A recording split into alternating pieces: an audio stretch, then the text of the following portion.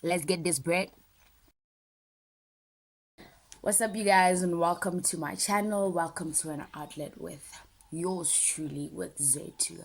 So today is going to be our first episode of Mental Talks with Zethu, and today I'll be trying to unpack childhood trauma and how childhood trauma can contribute in your adult life as well as on your mental health, etc, etc. So let's just get into the video. Hey, okay, so the first thing that I'd like to say before we get into this video is that this video could be very triggering.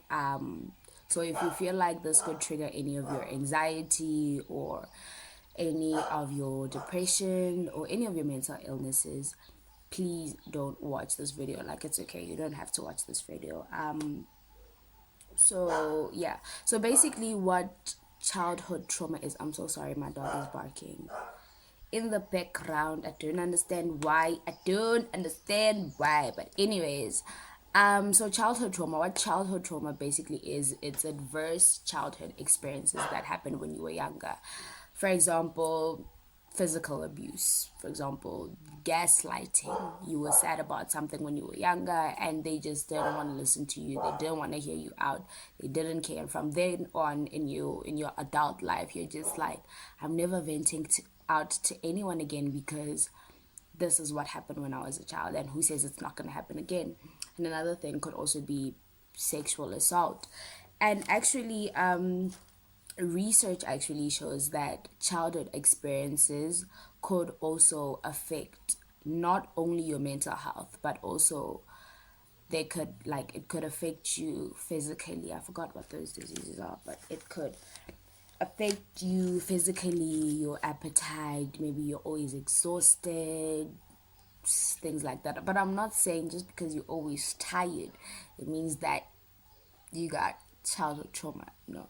And another thing is, this is not exactly based on research, but it's mostly based on my personal experiences. So I'll just be sharing that with you guys. Something that I experienced a lot as a child was gaslighting. Definitely gaslighting. Like, as I said before, maybe when you were younger, when I was younger, I used to cry a lot. So every time when I'd express my feelings and when I'd express why I was sad, it would just be like, you're being dramatic. Why are you crying? It's not a big deal.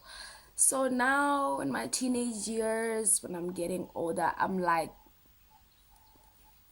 me venting, see me, kill me, honestly speaking. So yeah, that's the type of person that I am right now. I don't like the thought of vulnerability. I don't like the thought of expressing my feelings. I'll just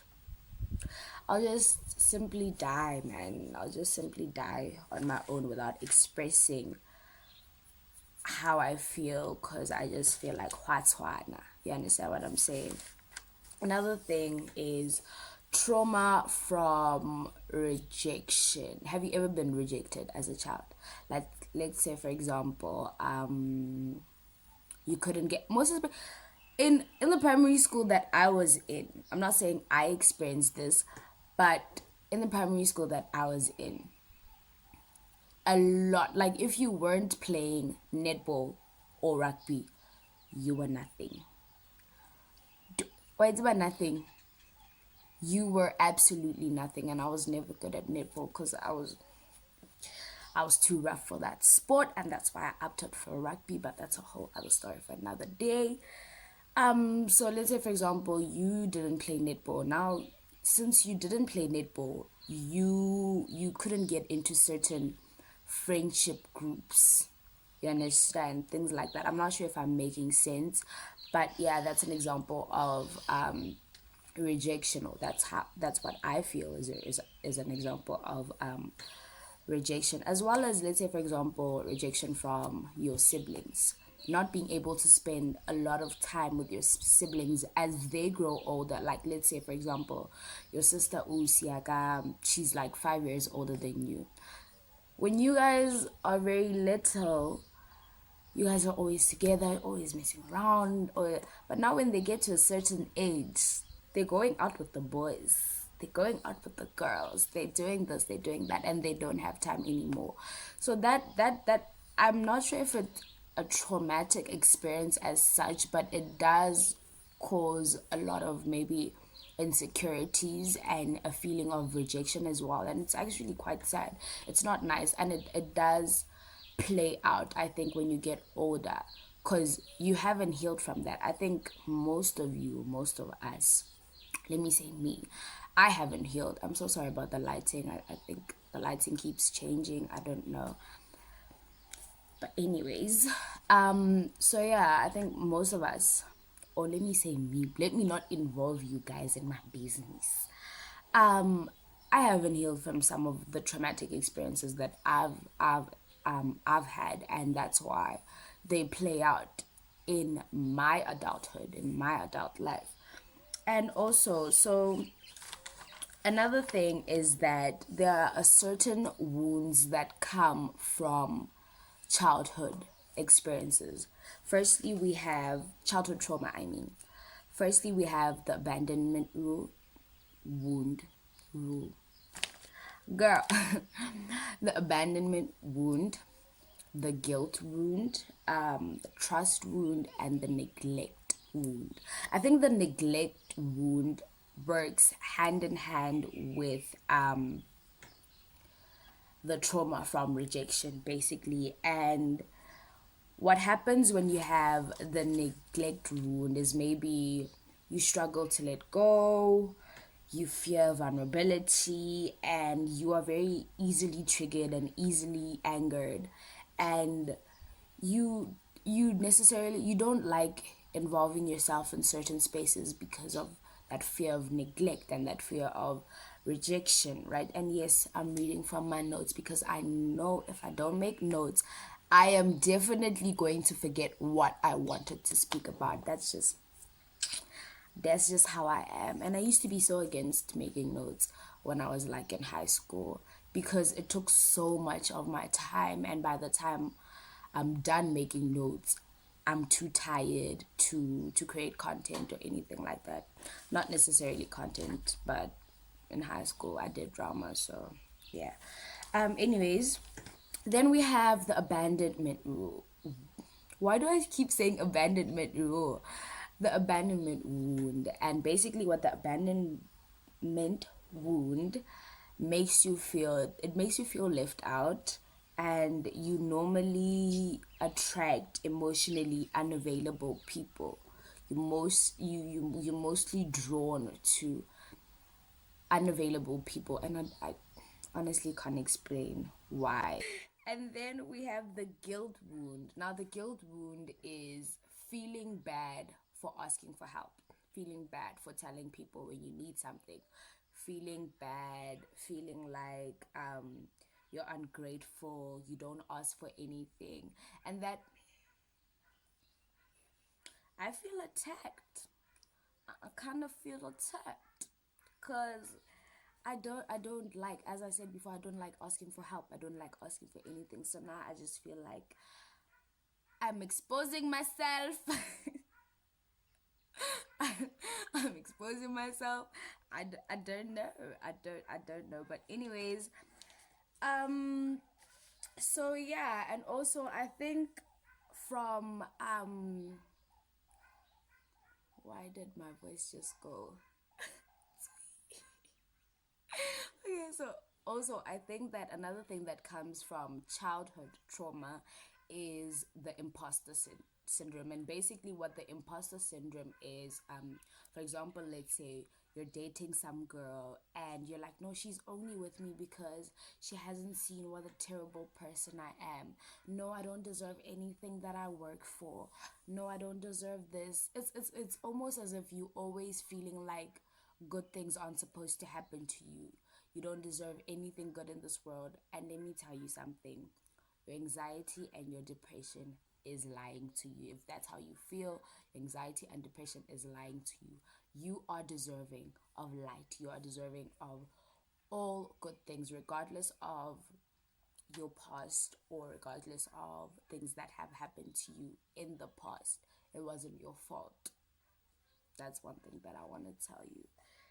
So what I'd like to say is, I'm sorry.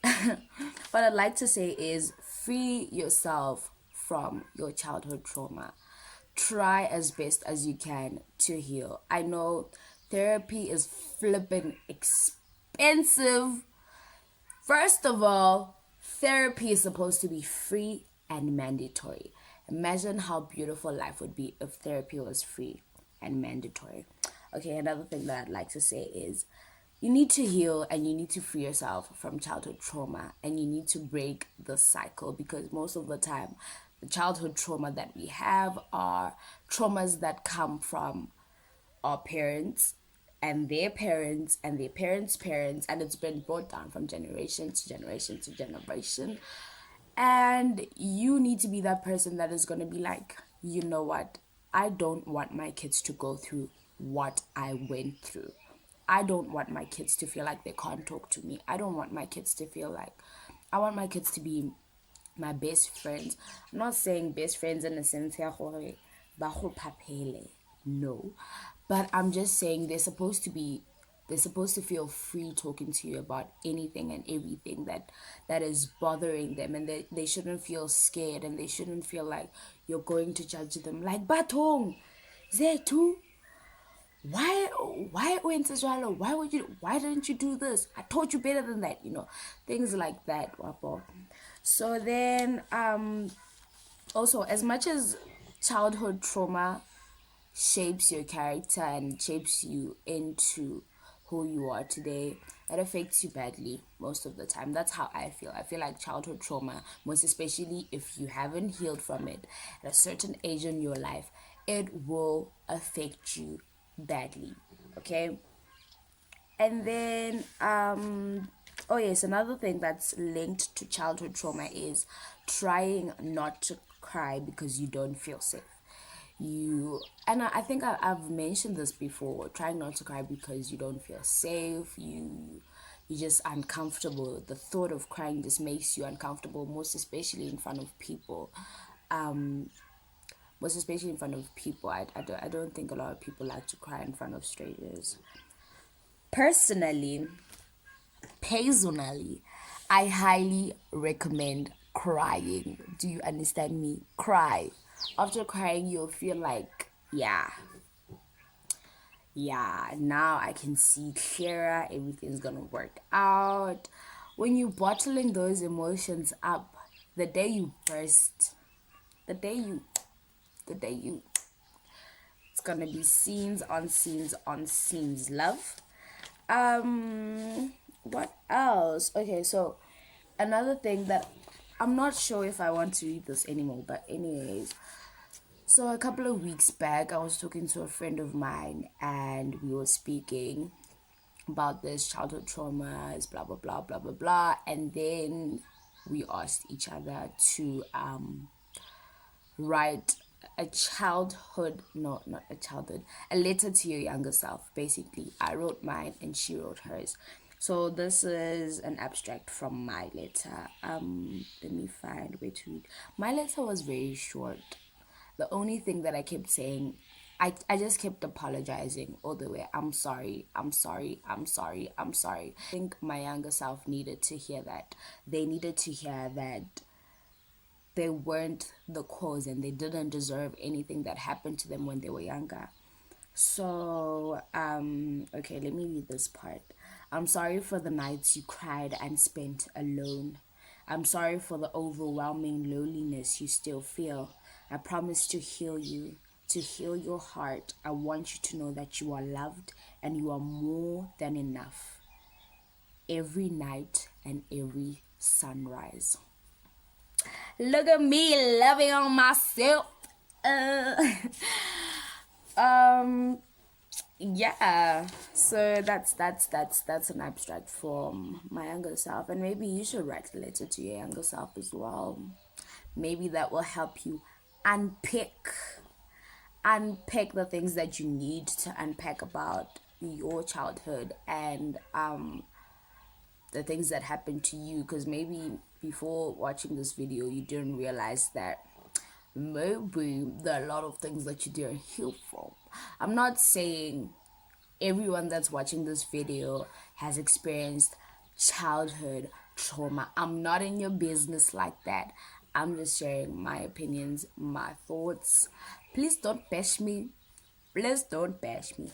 But anyways, this a bit, you know what I'm saying, mate. So I think that's it for today's banger. That's it for today's video. Please subscribe, share, like, whatever. Share the content on my channel. Comment as well. Tell me what you guys think. Tell me what you guys think I should talk about. Tell me if you guys want a story time. I'm not really good at story time though. I'm a ramble. First story time that I'm gonna do. You guys are just not gonna understand. But anyways, you are loved by me. Thank you so much for watching. Thank you so much for subscribing even before I posted any content. Thank you, thank you, thank you. Bye guys. See you guys next time. What was that? What was that? Ooh. Girl. Do you see me? International mama. Child, please. Child, please. Step on them necks. Is that what they say? Did they say step on them necks?